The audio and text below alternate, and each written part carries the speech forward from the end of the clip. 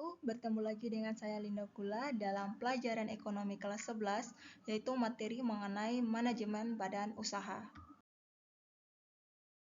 Pelajaran yang saya gunakan untuk membuat video mengenai manajemen badan usaha ini ada 4 aplikasi yang saya gunakan.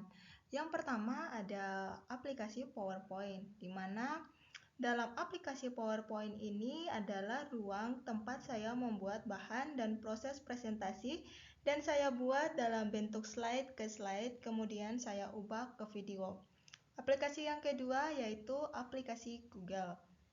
Di dalam media Google ini saya mendapatkan materi ekonomi SMA kelas 11 di bab 1. Salah satu materinya yaitu mengenai manajemen usaha, dan berbagai macam background juga saya download dari aplikasi Google. Aplikasi ketiga yang saya gunakan yaitu aplikasi YouTube. Dalam aplikasi YouTube ini saya manfaatkan sebagai salah satu media ajar untuk menyebarkan materi yang saya buat di PowerPoint tadi yang sudah dalam bentuk video. Aplikasi yang keempat yang saya gunakan adalah aplikasi TikTok.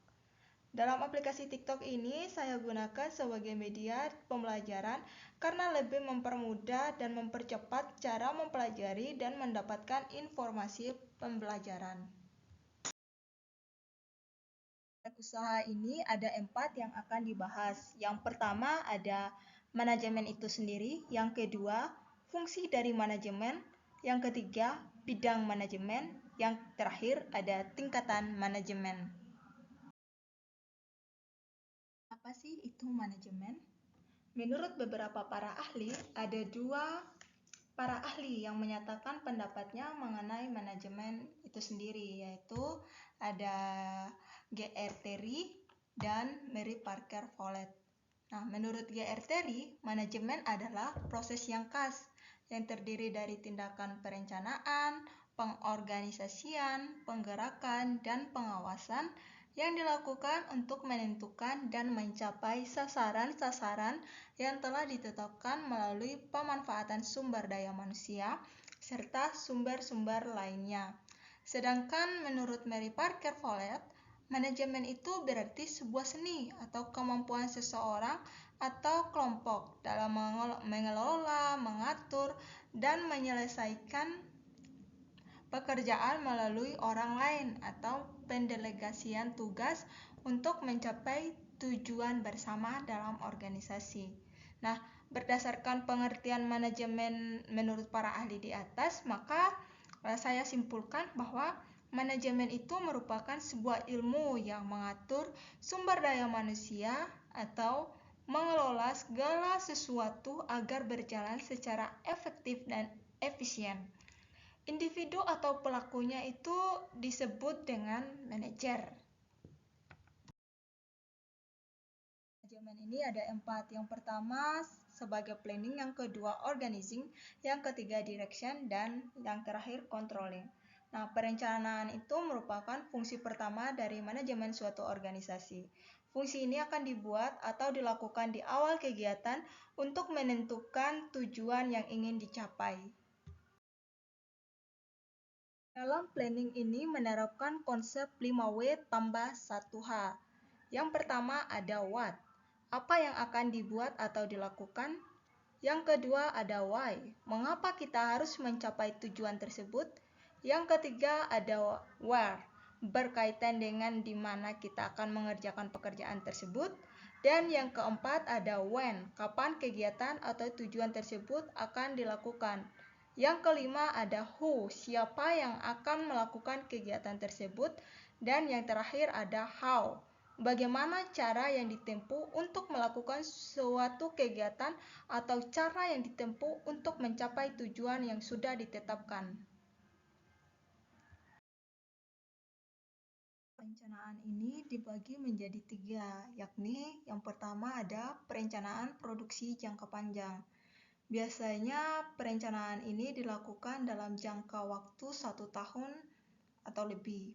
Contoh kegiatan perencanaan produksi jangka panjang adalah peramalan, perencanaan jumlah produk, dan penjualan. Contoh kegiatan lainnya yaitu perencanaan produksi, perencanaan kebutuhan mesin atau sumber daya, serta perencanaan finansial.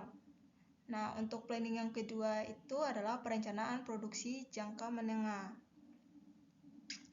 Adalah perencanaan yang dilakukan dalam rentang waktu 1 hingga 12 bulan. Contoh kegiatan perencanaan produksinya yakni perencanaan kebutuhan kapasitas dan material, pembuatan jadwal induk produksi, serta perencanaan kebutuhan produksi. Yang ketiga adalah perencanaan produksi jangka pendek. Kegiatan ini dilakukan dalam waktu kurang dari 1 bulan. Misalnya penjadwalan perakitan produk akhir serta perencanaan dan pengendalian input-output. Contoh kegiatan perencanaan produksi jangka pendek ini yang lain adalah pengendalian kegiatan produksi, perencanaan dan pengendalian pembelian, serta manajemen proyek.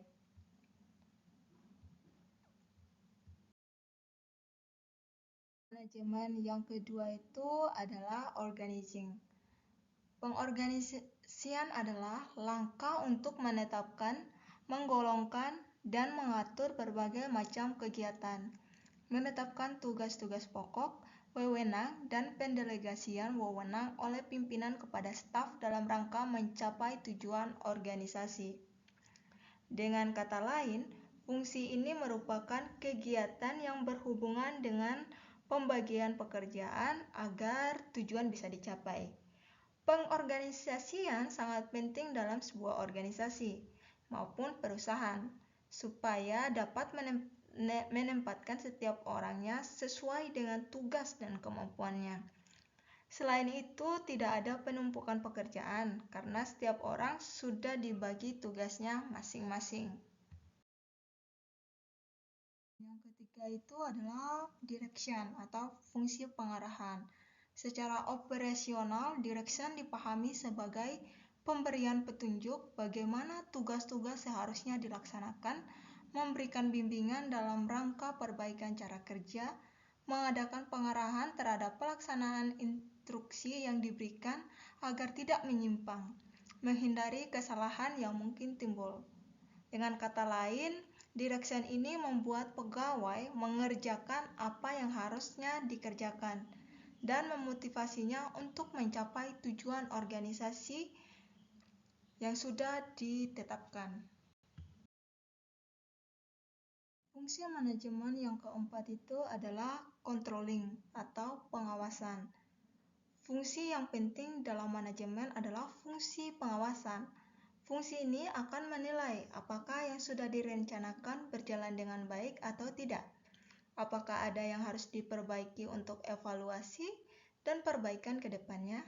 Dengan kata lain, pengawasan atau controlling ini adalah kegiatan yang berhubungan dengan pengendalian atau mengawasi setiap pekerjaan serta melakukan tindakan koreksi atau perbaikan.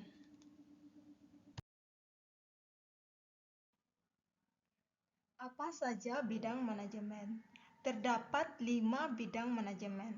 Masing-masing bidang ini memiliki tugas yang berbeda. Adapun kelima bidang tersebut adalah manajemen pemasaran, manajemen produksi, manajemen keuangan, manajemen sumber daya manusia atau personalia, dan yang terakhir ada manajemen akuntansi. Untuk manajemen pemasaran sendiri adalah kegiatan pengaturan proses penyampaian produk dari produsen kepada konsumen agar berjalan secara efektif dan efisien. Kegiatan dalam manajemen pemasaran meliputi pemilihan segmentasi pasar atau pemilih konsumen yang akan dituju, menganalisis kesempatan atau peluang pasar, menentukan cara promosi usaha, dan mengelola usaha pemasaran agar produk yang dihasilkan bisa dikenal oleh masyarakat. Tujuan adanya manajemen pemasaran diantaranya yaitu memperbanyak konsumen dan memperluas pasar bagi kemajuan usaha suatu perusahaan. Yang kedua ada manajemen produksi.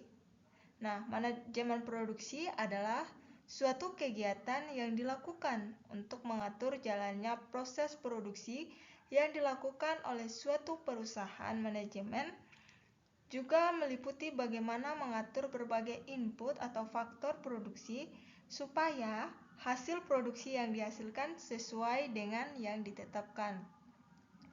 Yang ketiga ada manajemen keuangan.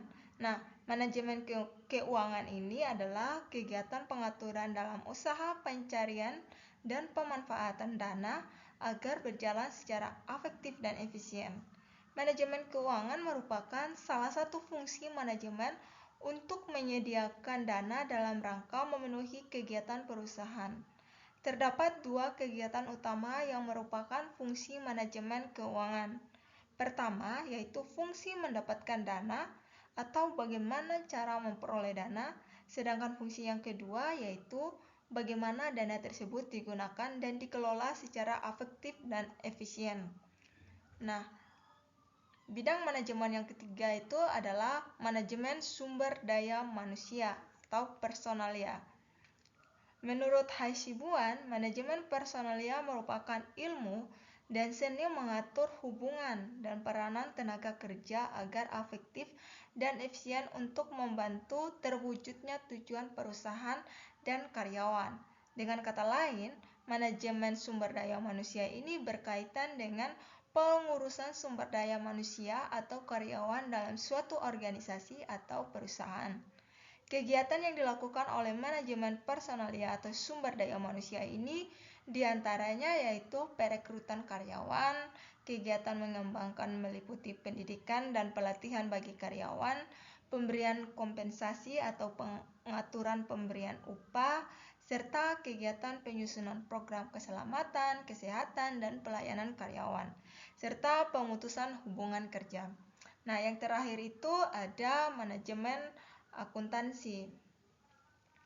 Manajemen akuntansi ini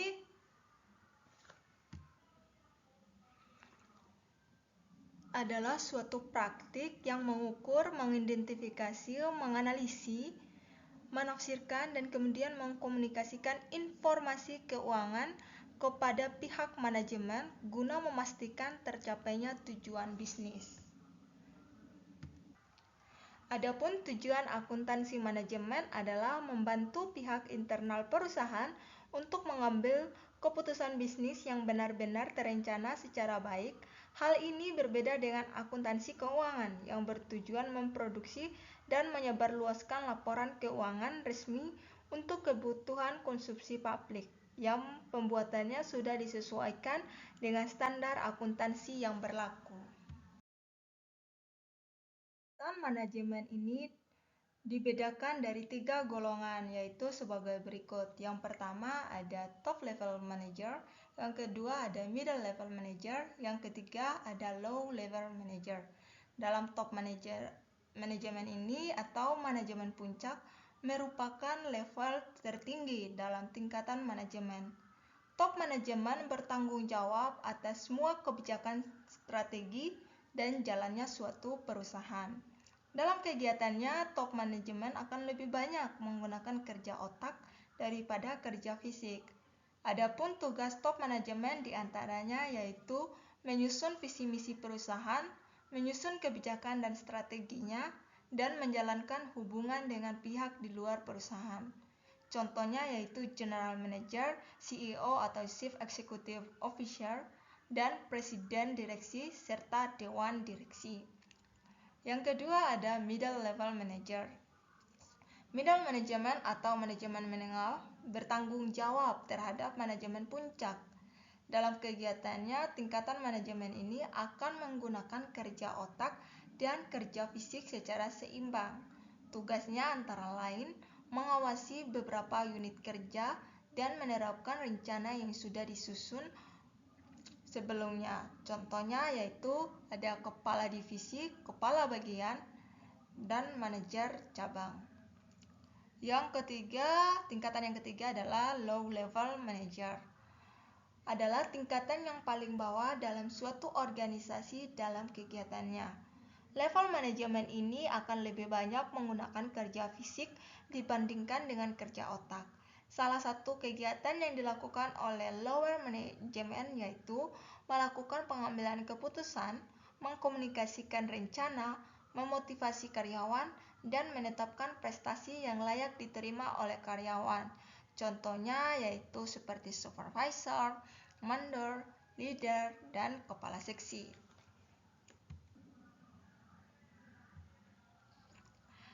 Demikian pembahasan saya mengenai materi manajemen badan usaha. Saya tutup dengan Pramo Santi, Om Santi Santi Santi Om.